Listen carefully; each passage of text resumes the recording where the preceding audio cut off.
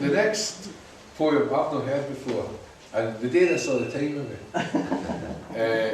we'll phone round and say, right, what you got to do when you're in Bathgate, I'll say, I'll do this one. I've never heard of that one. So I didn't care what's coming next. And with this woman, with Anne Clarke, it could be on. This is the brand new me. It's not my New Year resolution. This is a poem that was written by John Robertson, and I put it into Scots. Meet the brand new me. This was my brand new me week, and should anybody doot it, spare me just a little while, and I'll tell you all about it.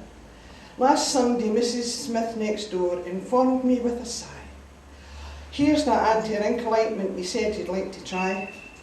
On Monday, dental treatment appeared to set the pace, and in a way it helped to put a smile back on my face.